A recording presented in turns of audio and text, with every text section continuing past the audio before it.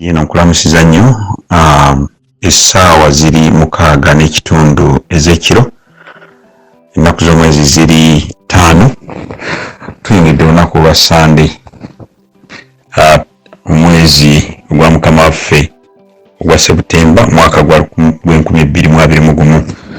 Olwaleero nzijjayo ekipayopayo mujjukira ku makya ga leero, ku makya g'olunaku olwajjo olwokuba nti tuyingidde Sande. Ku makya g'olunaku olw'omukaaga nakoze audio nga twali tumaze okukitegeerako nti muganda waffe Fred Lumbuye Kajobi dictator yamaze okwakisesinga oba okutuuka wawaali. Nabagambye nti tuteebereza nti balooya abaweerezeddwa, balooya bano kiteeberezebwa nti balina omukono ku kijambiya era bakikoze okusinkana Lumbuye nga famire ye temanyi. Nabategeezezza nti okuva ku Lwokuna twabadde tetukyamuwuliza naye nga tulwana amasajja okulaba nti tumutuukako Fred Lumbuye Kajubi, kubanga luli nabagamba nti Fred Lumbuye Kajubi ayogera ne famire ye. Fred Lumbuye Kajubi ayogera n'emikwano gye. Lumbuye ayogera n'abo basinga okwesiga. Abasinga obungi mwakiwakanya, bigambo bingi byogeddwa, amanya gaffe gafudde n'ebintu ebirala bingi bize bikolebwa. Ebintu bino ebya Fred Lumbuye Kajubi nga bwe nabagamba bangi nnyo abalina omukono mu kintu kino era n'abatamwagaliza bangi nnyo.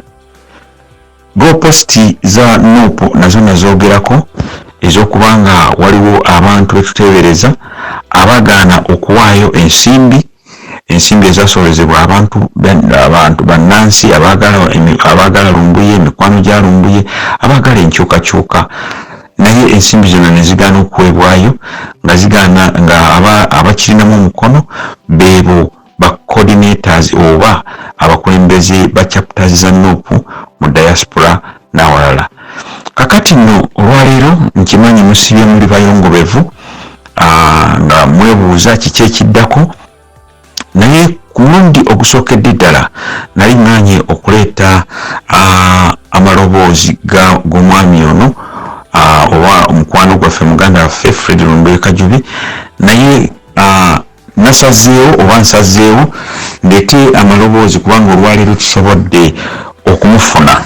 Olwaleero tusobodde okufuna muganda waffe Fred Lumbuye Kajubi era ne twogera naye. Ayogedde n'omu ku ba representative ba famire eno era ne banyumyamu n'amubuulira buli kimu ekigenda mu maaso, nga muganda waffe Fred Lumbuye Kajubi ali mu buzibu obutayogerekeka, ali mu kubonaabona era takisi musanyufu. Njagadde Fred Lumbuye Kajubi mubaleetere musobole okuwulira biki byayogedde olunaku olwaleero.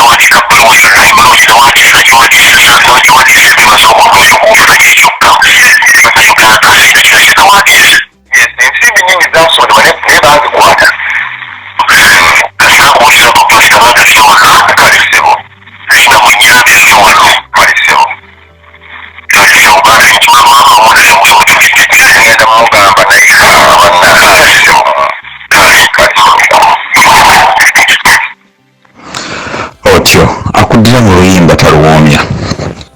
Ebyo si bigambo byange, bigambo bya Fred Lumbuye Kajubi akubye essimu olunaku olwaleero n'awayaamu n'omu ku barepresentative ba famire eno.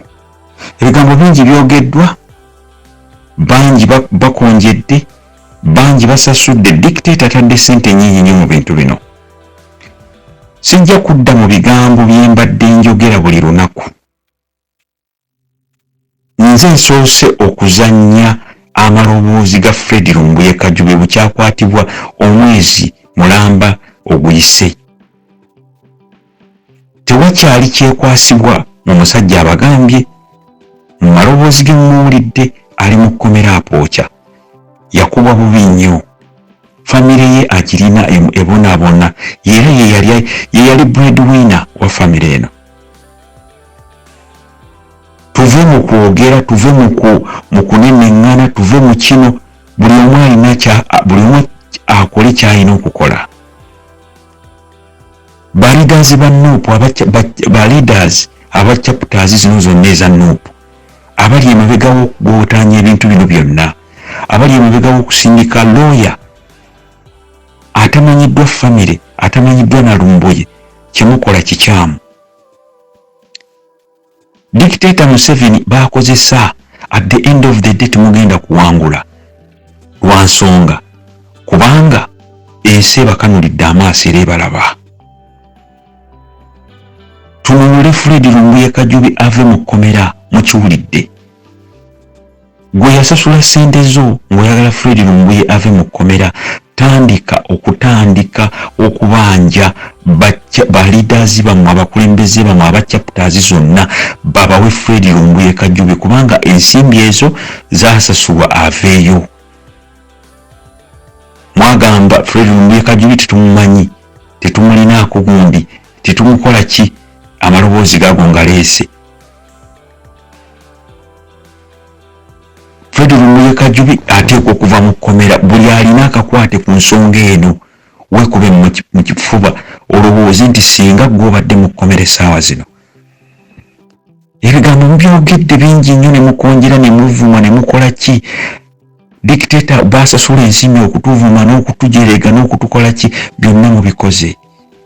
Naye at the end of the day kubamu akafaananyi nga mwannyoko muganda wo, kitaawo oba gwe wennyini nga gw'oli mu kkomera, ate nga kyangu nnyo. Nze nno sijja kutya, ekyo nkiddamu.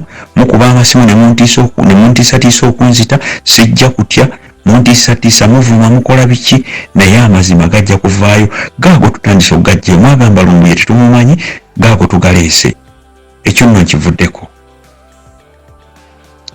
Mbadde ntandika oddi eno, nfunye security alerts zisaagala kuleka.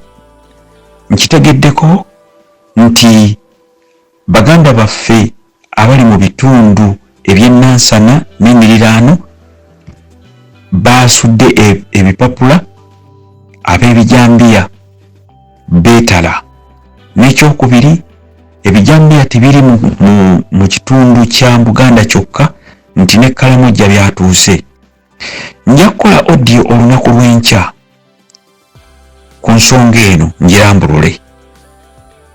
Audio eno specifically ebadde ya Fred Lumbuye Kajubi na kulifutinga oba kusitula mitima gyammwe mmwe mwennyini abamwagala ave mu kkomera, abanyumirwa ebyakola, abamanyi nti kyakola Fred Lumbuye Kajubi kyakununula ggwanga lyaffe.